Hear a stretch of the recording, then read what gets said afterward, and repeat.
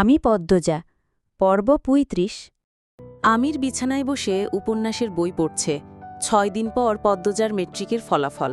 এরপরই ঢাকার উদ্দেশ্যে যাত্রা শুরু হবে। যদিও ফরিনা বেগম রাজি নন, কিন্তু আমির মনে মনে প্রতিজ্ঞাবদ্ধ সে পদ্মজাকে রাজধানীতে নিবেই। পদ্মজার কথা মনে হতেই আমির বই রেখে গোসলখানার দরজার দিকে তাকালো। তার ঘরের সাথে আগে গোসলখানা ছিল না, পদ্মজার জন্য করা হয়েছে। সে বই রেখে সেদিকে যাওয়ার জন্য পা বাড়ালো, তখনই পদ্মজা চিৎকার করে উঠল।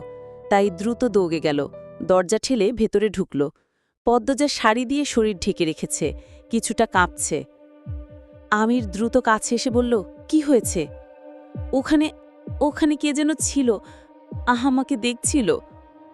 পদ্মজার ইঙ্গিত অনুসরণ করে আমির সেদিকে তাকালো। গোসলখানার ডান দেয়ালের একটা ইট সরানো। সকালে তো সরানো ছিল না। পদ্মজা কাঁদতে থাকল। কাপড় পাল্টাতে গিয়ে হঠাৎ চোখ পড়ে দেয়ালে, আর তখনই দুটি চোখ দেখতে পায়। সে তাকাতেই চোখ দুটি দ্রুত সরে যায়। পদ্মজার পিল্লি চমকে ওঠে। আমির পদ্মজার মাথায় হাত বুলিয়ে দিয়ে বলল, শুকনো কাপড় পরে আসো, কেঁদো না। কথা শেষ করেই সে বেরিয়ে যায়। যাওয়ার তাড়া দেখে মনে হলো অজ্ঞাত আগন্তুককে আমির চিনে। পদ্মজা দ্রুত কাপড় পরে নিল, এরপর আমিরকে খুঁজতে থাকল।